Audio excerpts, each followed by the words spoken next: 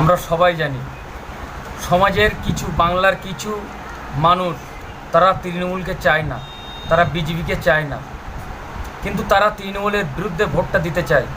কিন্তু সাধারণত বুথভিত্তিক দেখা গিয়েছে যে মানুষ তৃণমূলের বিরুদ্ধে বিকল্প হিসাবে সিপিএমকে বেছে নিয়েছে, কোনো জায়গায় কংগ্রেসকে বেছে নিয়েছে, কোনো জায়গায় আইএসএফকে বেছে নিয়েছে। কিন্তু দিনের শেষে সাধারণ জনতা যখন তৃণমূল বিজেপির বিরুদ্ধে ভোটটা দিয়েছে, সিপিএমকে দিয়েছে, কংগ্রেসকে দিয়েছে, আইএসএফকে দিয়েছে, কিন্তু এই সিপিএম আর এই কংগ্রেস সাধারণ মানুষ তারা ভোট দেওয়ার কারণে তৃণমূলের কাছে মার খেয়েছে, কেস নিয়েছে, তারা এমনকি তাদেরকে খুন করা হয়েছে, তাদেরকে জেলে পাঠানো হয়েছে। কিন্তু দেখা গিয়েছে দিনের শেষে যাদেরকে ভোট দেওয়া হয়েছে সিপিএম, তারা কিন্তু সাথে সাথে তৃণমূলে চলে গিয়েছে।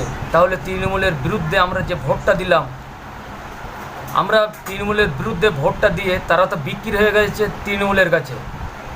আর তৃণমূলের কাছে যখন ছোট নেতারা হাজির হয়ে গিয়েছে অসংখ্য, এর ভিতরে যখন বড় নেতাগুলো তৈরি হলো, তাদের কিন্তু বিক্রি করা হয়েছে বিজেপির কাছে।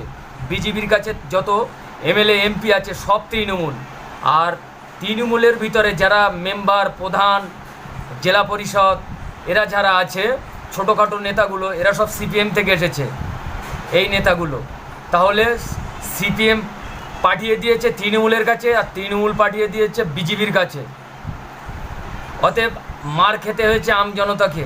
এখন দেখা যাচ্ছে আমাদের লোকসভা ভোট চলাকালীন এখন দেখা গিয়েছে সবথেকে বড় একটা ফ্যাক্ট, ইন্ডিয়ান জোট। সেখানে তৃণমূল, কংগ্রেস আর সিপিএম এরা কিন্তু ইন্ডিয়ান জোট। যেহেতু আমাদের বাংলায় যে দলগুলো আছে তাদের কথা বলছে, আর বিজেপি আলাদা, এরা জোট হয়েছে, একতা হয়েছে। সাধারণ নিচের তলার কর্মীদের মার খাইয়েছে, জেলে পাঠিয়েছে, তাদেরকে খুন করা হয়েছে। তারপরেও তাদের পাশে না দাঁড়িয়ে উপরে গিয়ে একসাথে ইন্ডি জোট তৈরি করেছে। এখন বলেন, ইন্ডি জোট তৈরি করার পরে আবার তিনজনাই এইখানে দাঁড়াচ্ছে বিজেপির এগেনস্টে। আজকে এই ইন্ডি জোটে যারা ভোট দেবেন, সিপিএমকে যারা ভোট দেবেন, সিপিএমের যদি এমপি তৈরি হয়, ওরা তো ইন্ডিয়া জোটে চলে যাবে।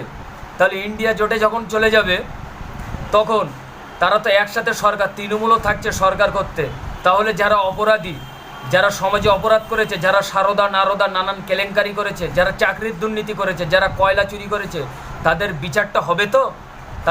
তাদের বিচারটা একসঙ্গে, তাদের জেল হবে তো?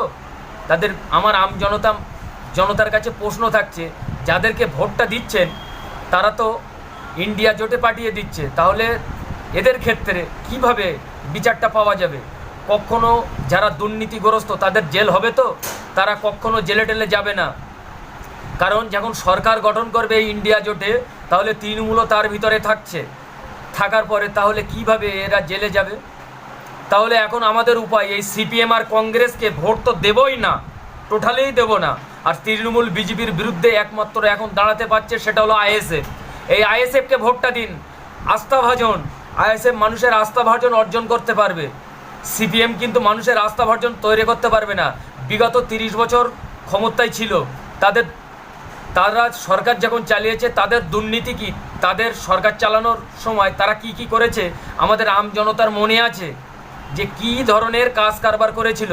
আজকে বড্ড সাধু সাজতে যাচ্ছে, মানুষের কাছে আসতে আমাদের ভোট দাও। তা এদের ভোট দিয়ে, সিপিএমদের ভোটটা দিয়ে ভোটটা কি হবে? কি এরা তো ইন্ডিয়া জোটে চলে যাবে।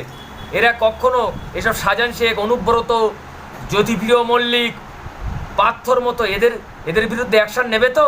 এরা তো এক জায়গায় বসে চা খাবে, এক জায়গায় বসে হাসাহাসি করবে।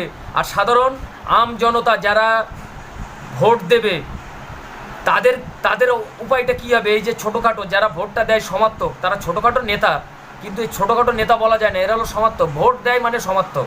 এদের উপায়টা, এদের জেল জরিমানা, এগুলো কি হবে? অতএব আমাদের এই সিপিএমকে একটা ভোট দেওয়া যাবে না, কারণ সিপিএমকে ভোট দেওয়া বেকার। সিপিএম এই বড় শূন্য। লোকসভা ভোটে, বিগত লোকসভায় আমরা দেখেছি শূন্য হয়ে গিয়েছে, বিধানসভা গিয়েছে সেখানেও শূন্য, এবার লোকসভা, সেখানে আর কি অর্জন করতে পারবে? ওই তো কিছু সংখ্যক নেতা আছে, এরা কি অর্জন করবে? এদের কোনো অর্জন করার ক্ষমতা নেই। এদের একটা মেম্বার ধরে রাখার ক্ষমতা নেই। তাহলে এরা কিভাবে একটা এমপিকে ধরে রাখবে? সে তৃণমূলে যাবে না, তার কোনো গ্যারান্টি আছে? কোনো গ্যারান্টি নেই। একটা মেম্বার ওই পঞ্চায়েত ভোটে যে কটা মেম্বার তৈরি হয়েছিল, খুব 100টা মেম্বার জিতলে এর শতকরাই একটা মেম্বার সিপিএমে আছে, আর বাদ বাকি সব তৃণমূলের কাছে বিক্রি হয়ে গিয়েছে। তাই আমি বলতে চাই আমজনতাকে, একদম সিপিএমকে একটা ভোট দেওয়া যাবে না, সেই সাথে কংগ্রেসকে। এই দুটো দল নিশ্চিহ্ন হয়ে গেছে, এদেরকে নিশ্চিহ্নই করে দেওয়া হোক।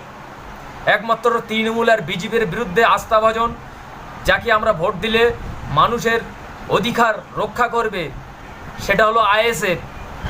তৃণমূল বিজেপির বিরুদ্ধে লড়াই করতে পারবে একমাত্র আইএসএফ।